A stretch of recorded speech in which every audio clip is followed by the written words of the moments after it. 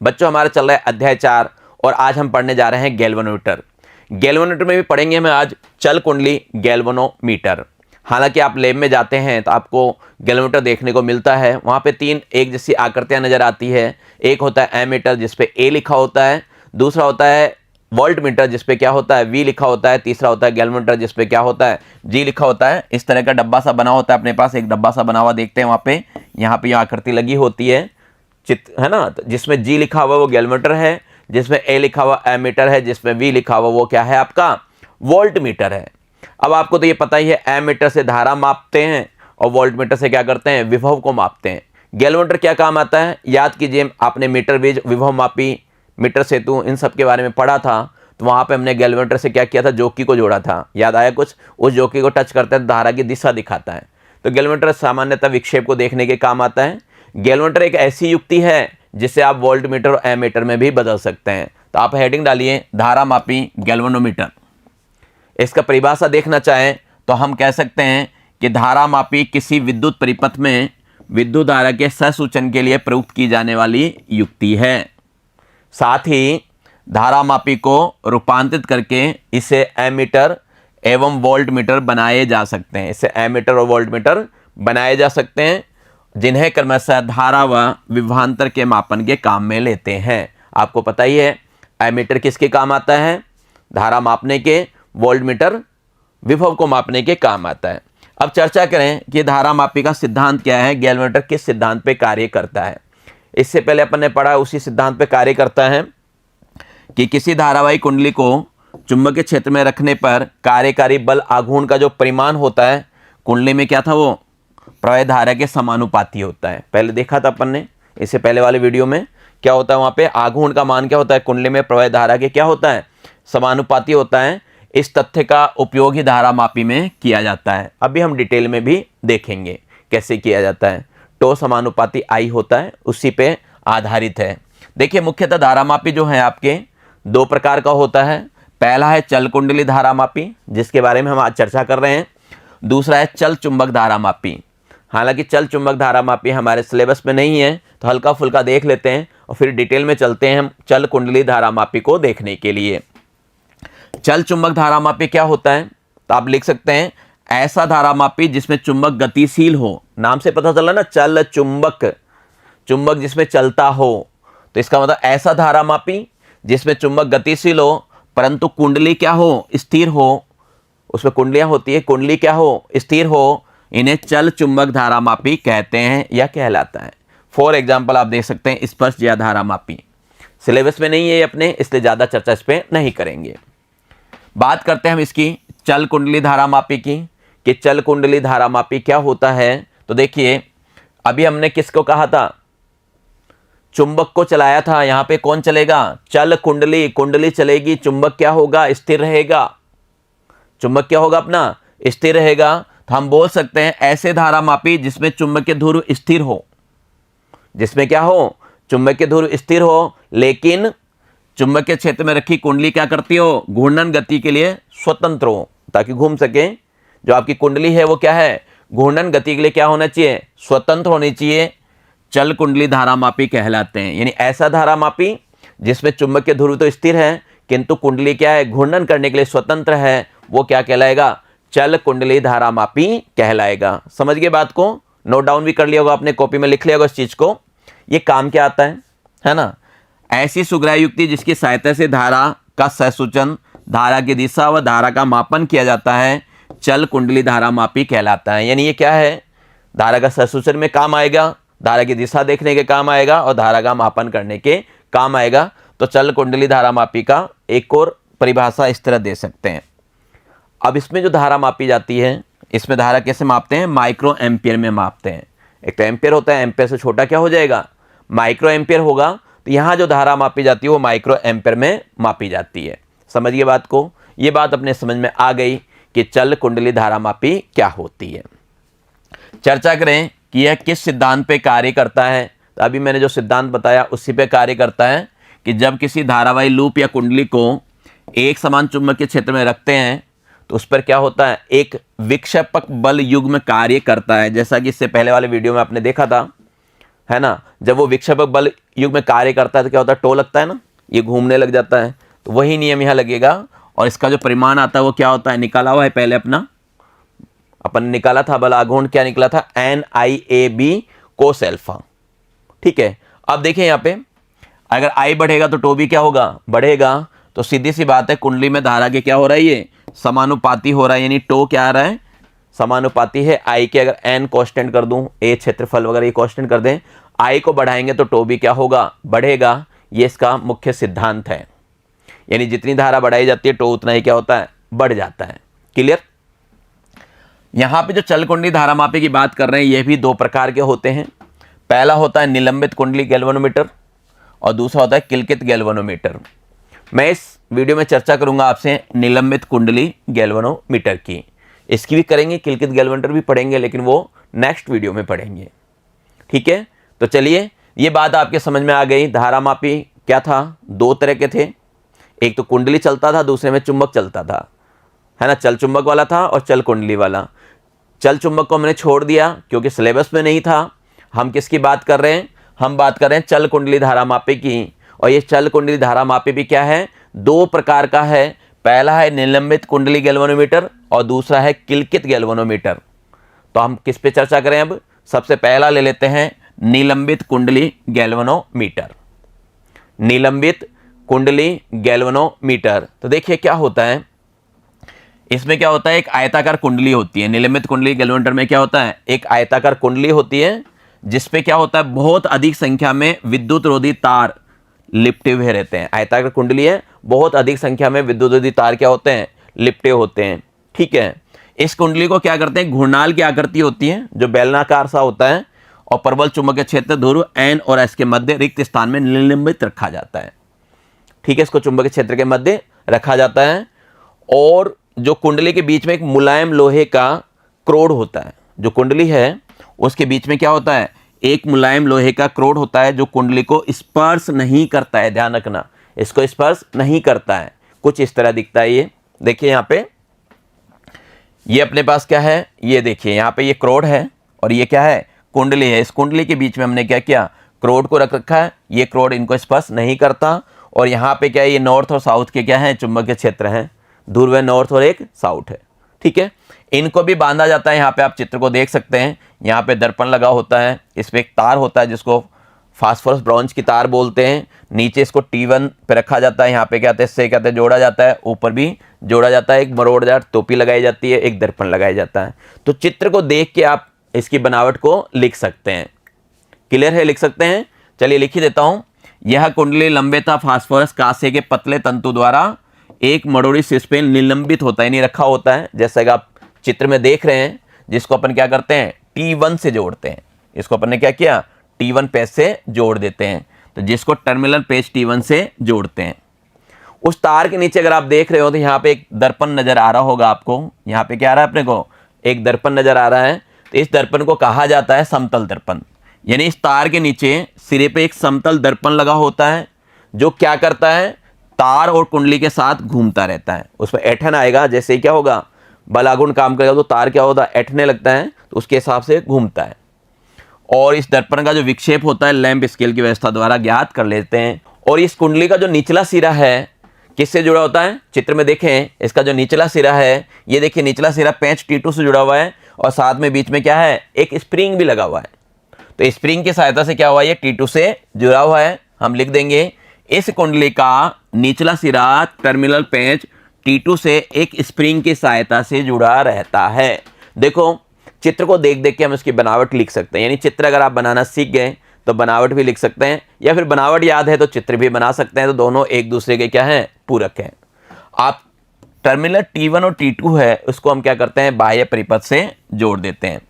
ठीक है, यहाँ पे जो टर्मिनल है आपका T1 और ये T2, इनको हम क्या करते हैं, बाह्य परिपथ से जोड़ते हैं। धारा को मापने के लिए धारा टर्मिनल T1 से भेजी जाती है। T1 से क्या होगी, धारा भेजेंगे, जो क्या होगा, कुंडली में से होती हुई टर्मिनल T2 से बाहर निकल जाती है। जैसे हम यहाँ से धारा यहाँ से भेजेंगे तो इससे तो जाएगी और इससे T2 से क्या होगी, बाहर निकल जाएगी। क्लियर, धारा जाएगी तो चुंबकीय क्षेत्र होगा, चुंबकीय बल लगेगा, तार में ऐठन आएगा और क्या होगा, समतल जो दर्पण है उसमें क्या होगा, विक्षेप नजर आएगा। ये कार्यप्रणाली बोली है मैंने, तो चलिए हेडिंग डालिए कार्यप्रणाली, यानी निलंबित कुंडली धारा मापी की कार्यप्रणाली क्या होती है। देखिए कार्यप्रणाली सीधी सी बात, इससे पहले जो आपने पढ़ा है वही है कि आयताकार कुंडली में जब टर्मिनल T1 की सहायता से धारा प्रवाहित की जाती है तो इसके दोनों ऊर्ध्वाधर भुजाओं पे क्षैतिज दिशा में बल कार्य करते हैं, ठीक है, जो क्या है परस्पर विपरीत दिशा में होते हैं लेकिन संग्रेख नहीं होते हैं। एक दूसरे के विपरीत दिशा में तो होते हैं लेकिन संग्रेख नहीं होते हैं। और जब संग्रेख नहीं होते, जैसे मान लो इस पे बल यूं लगे और इस पे यूं लगे, तो ये क्या होगा, घूमने लगेगा ना। तो यहाँ पे भी ऐसा ही होता है, जब ये आपका संग्रेख नहीं होता तो इसके कारण कुंडली पे एक विक्षेपक बल आघूर्ण क्या होता है, लगता है। और वो क्या होता है, कुंडली अपने अक्ष पे क्या होती है, घूमती हुई साम्य अवस्था में विक्षेपित हो जाती है। यानी पहले साम्य अवस्था में से वो घूम जाती है, अपने साम्य अवस्था से क्या होती है, विक्षेपित हो जाती है। ये चीज़ अपन ने पहले भी देखा हुआ है, इससे पहले वाले वीडियोज में। देखिए कुंडली के विक्षेपित होने के कारण जो तार है, फास्फोरस का तार है, उसमें क्या होता है, ऐंठन उत्पन्न हो जाता है, थोड़ा सा ऐंठ जाता है वो। और इस ऐंठन के कारण ही क्या होता है, विपरीत दिशा में एक बल आघूर्ण और उत्पन्न हो जाता है।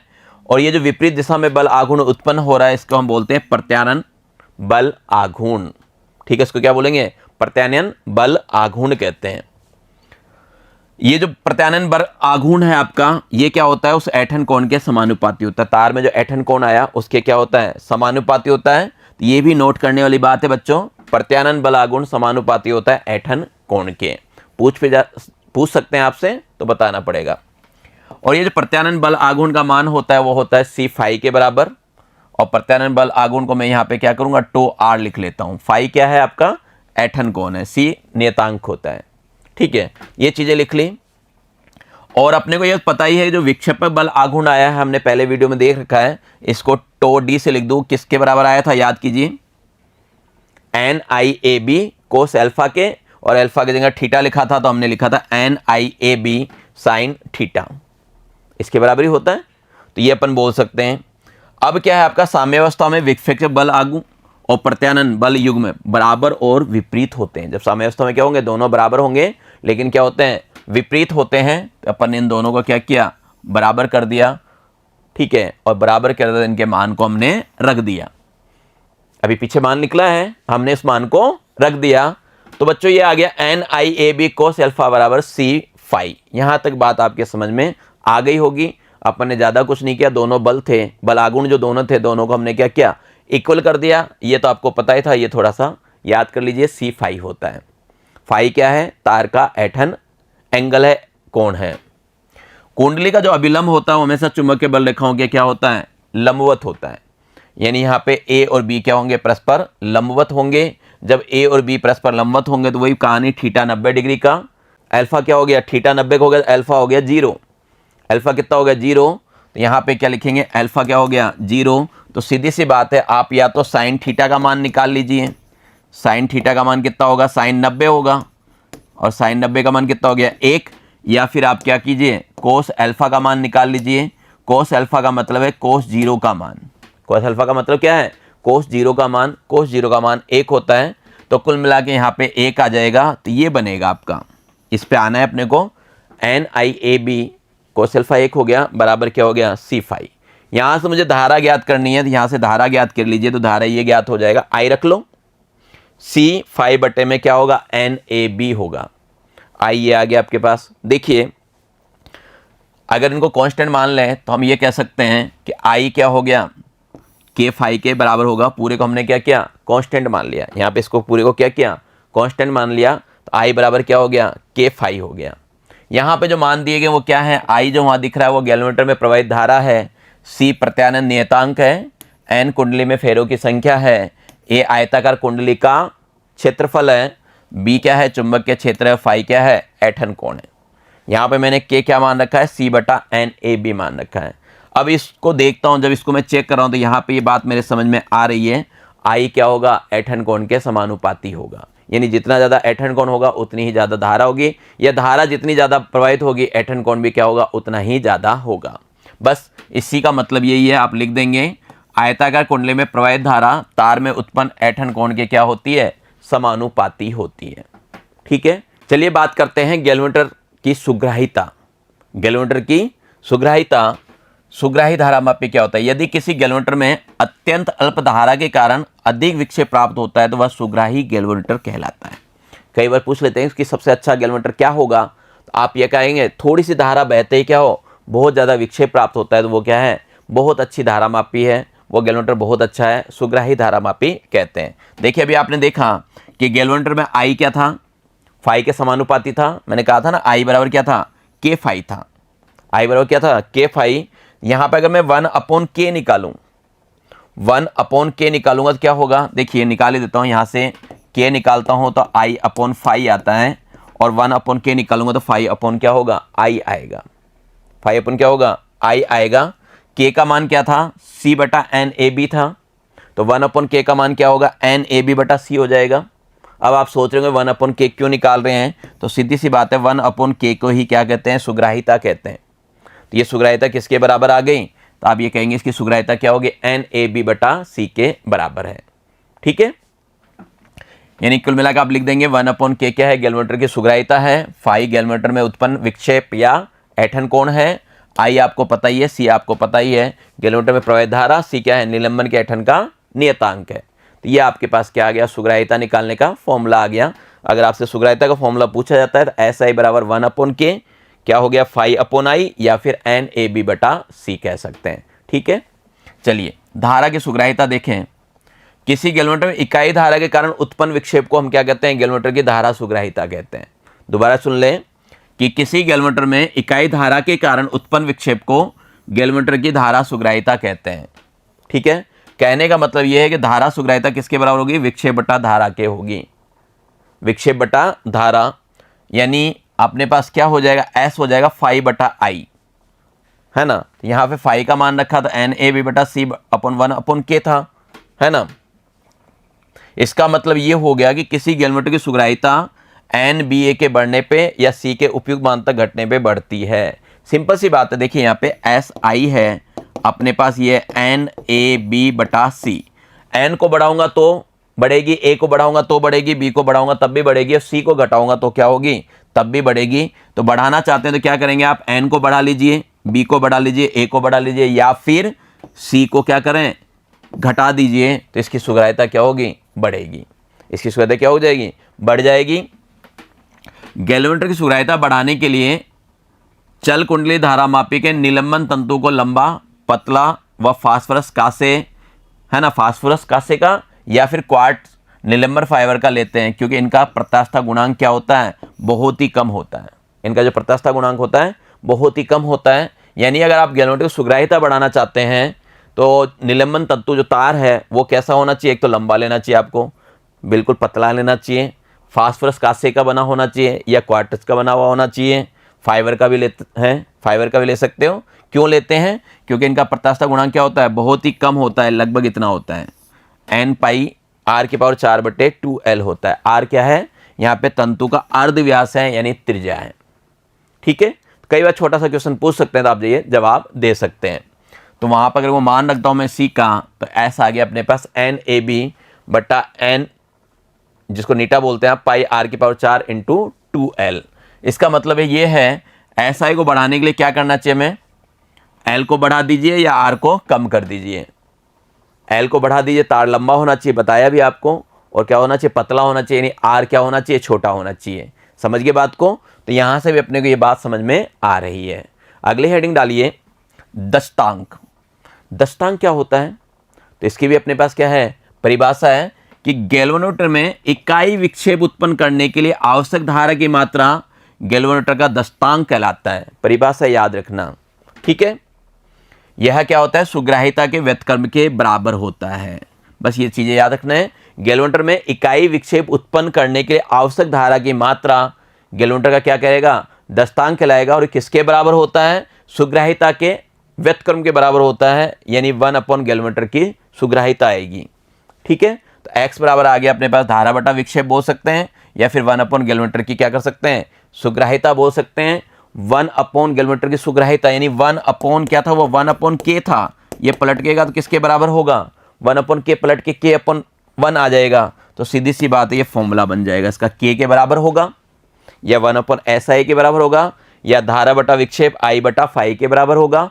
इनका मान रख देंगे। आपको पता ही है के का मान क्या है, सी बटा एन ए बी के। अब यहाँ पे भी देख लीजिए, सी को बढ़ाऊंगा तो इसका मान बढ़ेगा एक्स का, इधर एन ए बी को क्या करूं, घटाऊंगा तब बढ़ेगा। समझ गए, उल्टा चलेगा उसके, बिल्कुल सही है। अगली हेडिंग डालें, वोल्टता सुग्राहिता क्या होता है। अभी देखिए हमने क्या देखा, दस्तांक देखा है, ठीक है। वोल्टता सुग्राहिता, धारा मापी टर्मिनलों के मध्य एकांक वोल्ट विभवांतर लगाने पर इसमें उत्पन्न विक्षेप को धारा मापी की वोल्टता सुग्राहिता कहते हैं।